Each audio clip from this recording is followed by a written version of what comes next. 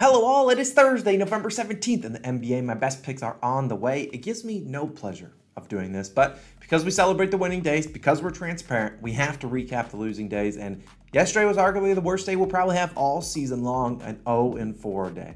Doesn't get worse than that. If ever anything that could have gone wrong did go wrong, and it sucked. I lost money. I'm sure a lot of you people that tailed lost money, and I know I'll get harassed in the comments. That's just the nature of it. A guy that does free picks out on the channel, that's going to happen, but I mean, you look at the games. I bet a lot based on opportunity. I don't normally look at narratives unless it's like a revenge game and things like that. I bet on opportunity, and we had plenty of last night. Kelly Oubre, 21 shot attempts, ends with 17 points. You tell me he shoots 21 times going into the night, I'm taking it again. Josh Giddey, now I'm done betting on Josh Giddey and the Thunder, but he gets benched at halftime. He ends with 19 PRAs, plays the season in the low, 20 minutes. I can't predict that. Klay Thompson, shout out to him. He scored 12 points in the first 47 minutes of action, scored 7 points in the last 54 seconds.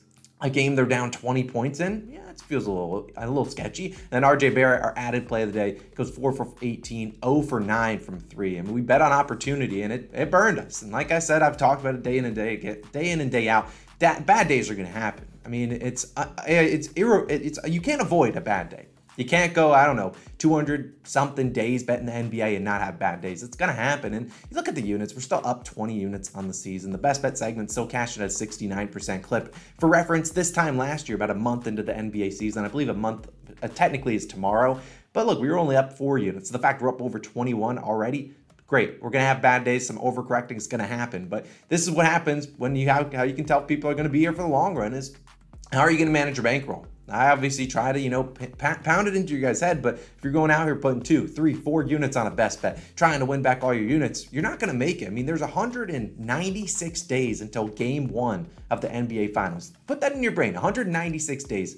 You're not going to get there if you keep forcing units, trying to win it all back. Then you're going to have to redeposit money. That's just the nature of it. That's how the sportsbooks win so much money. It's for people that aren't disciplined, people that keep playing parlays. And well, I don't mind the occasional parlay here and there. There's just a lot of basketball to be played. And I don't want to get into a soapbox, but bad days are going to happen. That's in sports betting. You're going to have bad days. I went 0 for 4 yesterday. Baseball players do it every single day, but we're going to come back. We're going to keep going. I guarantee you, at the end of the year, that 21 units we're at right now at this point on November 17th, hopefully it's triple that by the end of the year, but you can't make it there if you're trying to just try to win all your units back. We're going to have bad days. We're going to have bad streaks. We could have a streak of a week where we don't hit a single bet, but I'm confident in the process, confident in my picks. So we're going to get into it. You can bash me in the comments. You can dislike the video. I don't really care, but at the end of the day, you can fade my only pick of the day. It doesn't matter to me, but look, we're going to dive in. We're going to get back after it. I appreciate all you guys' support. I appreciate the people that are still sticking up for me, even though I have an 0-4 day. I mean, look, the proof's in the pudding. We don't go, we don't go up 21 units in less than a month without being at least knowing what we're doing. Just everything didn't bounce our way yesterday. But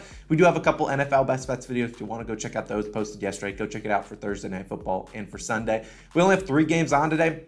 I'm going to give the best bet segment a day off. When the picker's not on, I don't really want to start forcing 1.5 unit plays, especially on a short slate. So I only have 1 play. Maybe I'll talk about the other games. And we're going to start with the guy on my shirt. Damian Lillard taking his over 31.5 points plus assists, -113 on Caesars. Now, I'm only putting a unit on this. I won't track it towards my best bet of the day. Technically, it's my only bet of the day, so it could classify as a best bet, but I won't track it at that. Now, Damian Lillard, we know he hurt us a couple nights ago, but I'm going back to him. And look, you can play this at 32.5. I'd honestly play it up to 33.5. You can play his over 25.5 points. I'm fine with that. You can play his over 6.5 assists. I personally don't like his PRAs as much. That's like asking him to get 5 or so rebounds if he does get close to this. Dame's the guy that could go out there and get 2 rebounds, so I don't really want to trust him to get rebounds, but in this game, I do like him. Now, let's talk about Lillard and the Blazers at home taking on the Nets. Now, I haven't done a lot of spread picks as of late, just kind of been trying to figure out how the teams play, but if I did have a spread pick today, it would either be Nets spread or Nets money line. I think people, like they did last time against this exact kind of situation where you saw a team that just got blown out, they went to play the Blazers, and they ended up covering. That would be the Spurs. Look at a Nets team, just got blown out, gave up 153 points. Now they're going into Portland, and they're probably going to keep this game close. Wouldn't be surprised if they win this one outright. I'm not going to bet on it, but I think they keep this game close, which is good because we need Lillard out there for a large amount of minutes. And the Nets, the reason I'm on points plus assists instead of just points is because the Nets are allowing the 3rd most assists per game to opposing point guards. Over the last 2 games, we've seen Damian Lillard 12 and 11 assists. He's doing it on roughly about 14, 15 assist chances, and no one else on the team is really passing. It's him with like 14 assist chances. You got Josh Hart with about 9, and then you got, I think, Anthony Simons with with 3. Like, these are the 2 guys past the Brock, and like, I like that. You could sprinkle on double-double if you want. I think I saw plus 300, plus 400 value, but on the season, Lillard averaging 27.9 points per game, 6.6 assists per game for 34.5 points plus assists. We only need 33, 32.5, depending on 32, depending on what you get it at. He's hit this over in 6 of 9 games so far this year. And Jeremy Grant, give him props where props is due. I mean, I think people might ask about him in the comments, so maybe if you haven't asked, here's how I think about Jeremy Grant. He's been great. I can't disregard that. You think his point line's 20.5.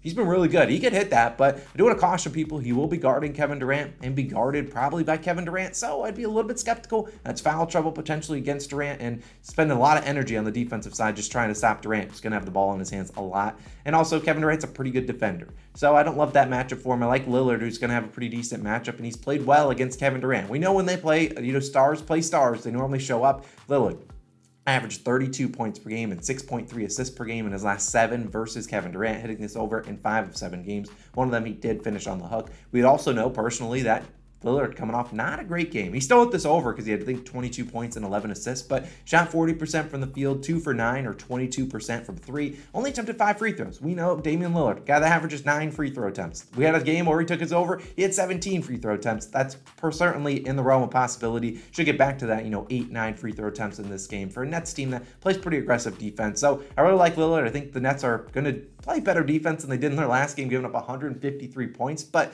I do think that we'll see Lillard, at least if they're playing better defense, it normally means Lillard has to do more. And I think he'll have a pretty good game. Plus, they're at home, taking on the Brooklyn Nets. I think he shows up against Kevin Durant. So Damian Lillard, over 31.5 points plus assists is my favorite play of the day. It's the only one I'm going to do, just one unit. We'll track it just in the player prop section of the record. Now, if you want to talk about the other games, I personally don't bet a lot of Pistons Clippers. We don't have any lines for that game.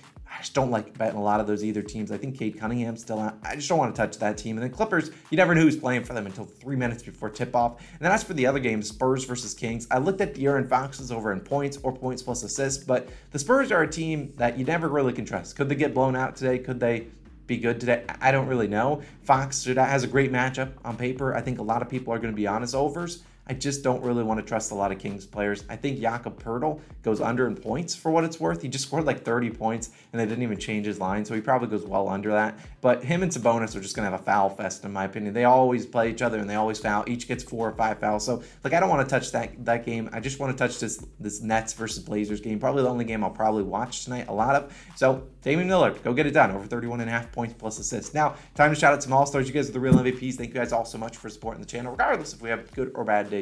Can't do without you guys. Thank you for all the new ones. We got Allie, we got Giovanni, we got Jarice, we got Katie, we got Colin, we got Ryan, we got Mauro, we got Saran, we got Arthur, Walter, Jamia, Matt, Mally, Maurice, the Brick Boy 103, Austin Hooper. I wonder if that's the real one. You play tonight. Go have a good game. Ricardo, Andrew, we got Agnar, we got DTFS.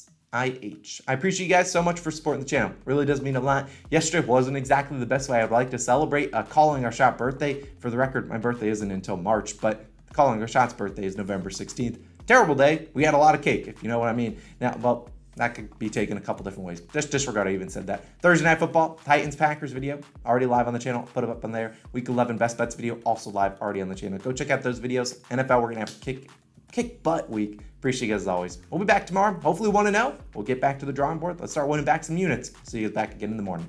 Peace.